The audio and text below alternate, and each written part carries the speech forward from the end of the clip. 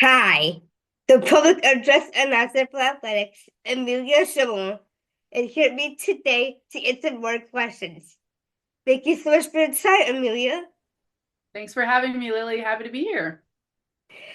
You are one of only four female PA announcers in Major League Baseball. Does that make the job harder?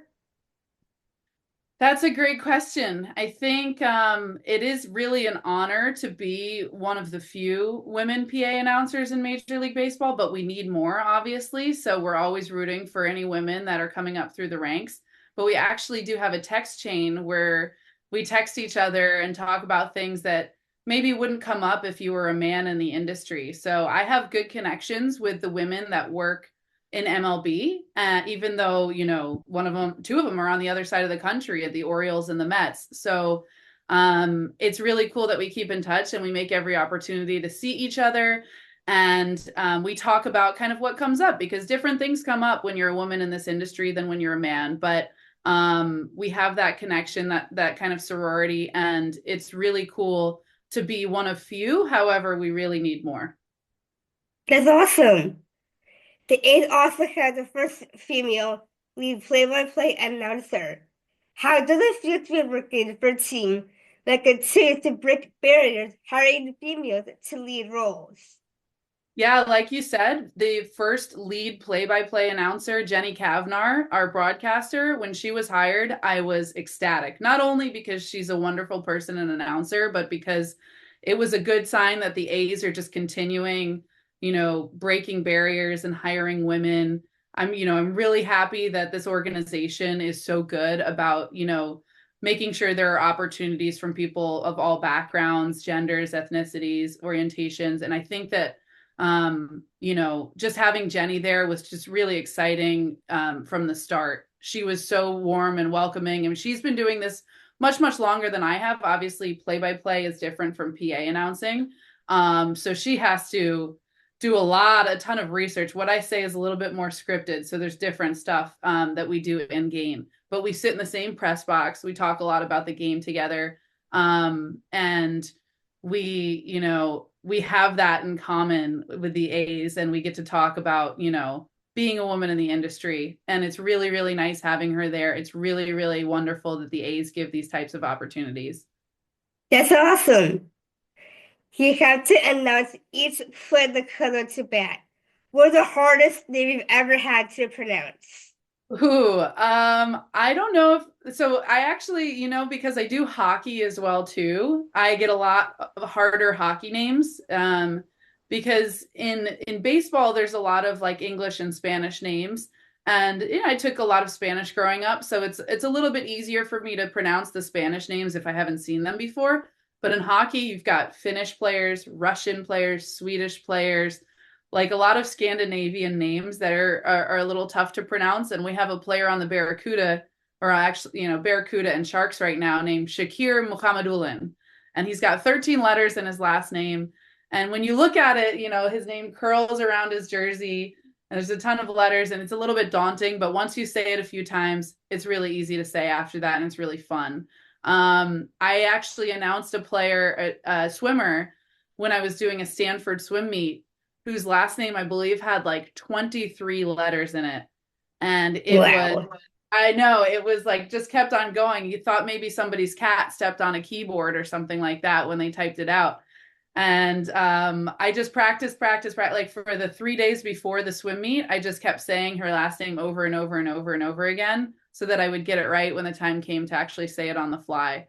The A's with baseball, I think, we've had Isaiah Kiner Falefa. We play against him, which is a tough name because the vowels go in all different directions. It's like Isaiah Kiner Falefa.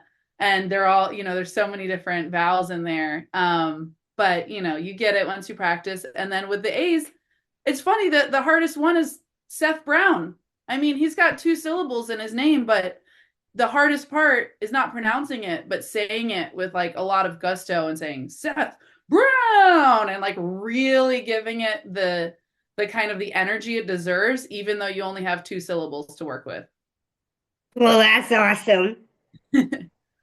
What has been your favorite moment as a PA announcer so far?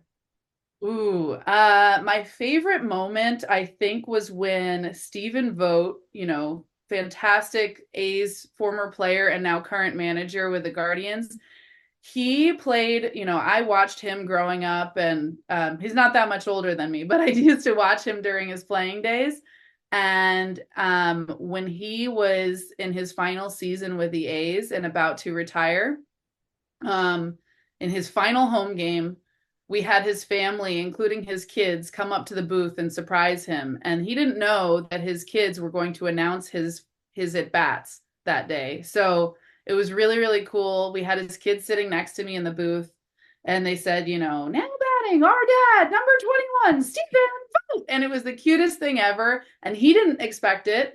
And he heard it on the loudspeaker, and he looked up to the booth, and there were tears in his eyes, and it was wonderful. And then in his final at bat that day, he hit a home run, and it was just the most magical moment ever. So it's not even a moment that I did. I just happened to be sitting next to them, but it was really, really cool. And, just that moment will live forever in A's history. So that was really fun for me. That's awesome. Your sister works for Chicago Cubs. When you were growing up, did you both know you wanted to work in professional sports? Great question. Yep. As you mentioned, my sister works for the Cubs. She also used to work for the San Jose Sharks. She used to work for MLB. I worked for MLB Network. Like, we've both worked in sports for the better part of the last 10 to 15 years. And she and I are two and a half years apart. So we're always really close. We grew up playing softball together. We grew up going to A's games, going to Sharks games. So we both love sports from when we were born, basically, from when we were like old enough to understand what sports were. We've been going to games. So we always thought it would be really cool to work in sports, but I don't think either of us believed that we like could do it. We both majored in like economics, business, that kind of thing in college.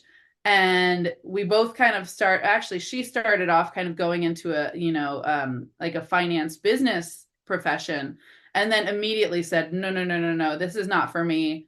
I need to work in sports. So I happened to already be working in sports, and then she joined in, and it was really cool because we've overlapped a lot too. We worked together a little bit in New York and New Jersey. We worked a little bit together at the Sharks. We worked a little bit together at the Oakland Coliseum. And so it was really, really cool. I think my mom, even though we didn't become the doctors or lawyers that she wanted, she was still happy to have us both have, jobs that we love, and she gets free tickets. So it's really, really cool. The coolest moment is when the Cubs come to town to play the A's, and she and I are both on the field working, in baseball together that day. And what's really cool about that is that the Cubs open in Sacramento against the A's for our home opener. And so my sister will be there when we play them on March, whatever it is. And so I get to see her again at work. So it brings her here. We get to overlap. It's really awesome. We love it. That's awesome. Who has been your biggest supporter? I think my mom has been my biggest supporter. She, doing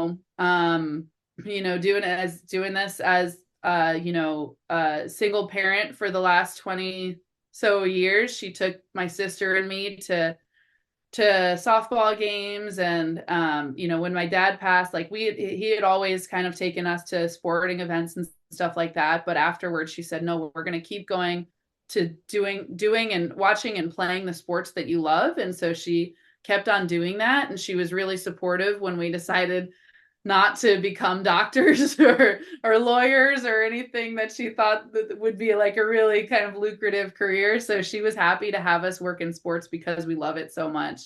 And she's come to so many of our games. Even if she was like knitting at a softball game because it was so boring, she was still there sitting in the stands.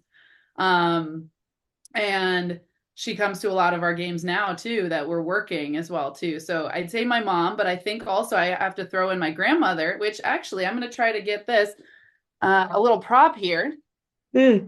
This is Oh, cool. Yeah, my grandmother was NYPD. She was a New York City police deputy chief. She was the highest ranking woman in the NYPD when she retired. I have a few different items around here that are dedicated towards to her. And I lived with her a little bit, and she was a woman doing things that people thought women couldn't do.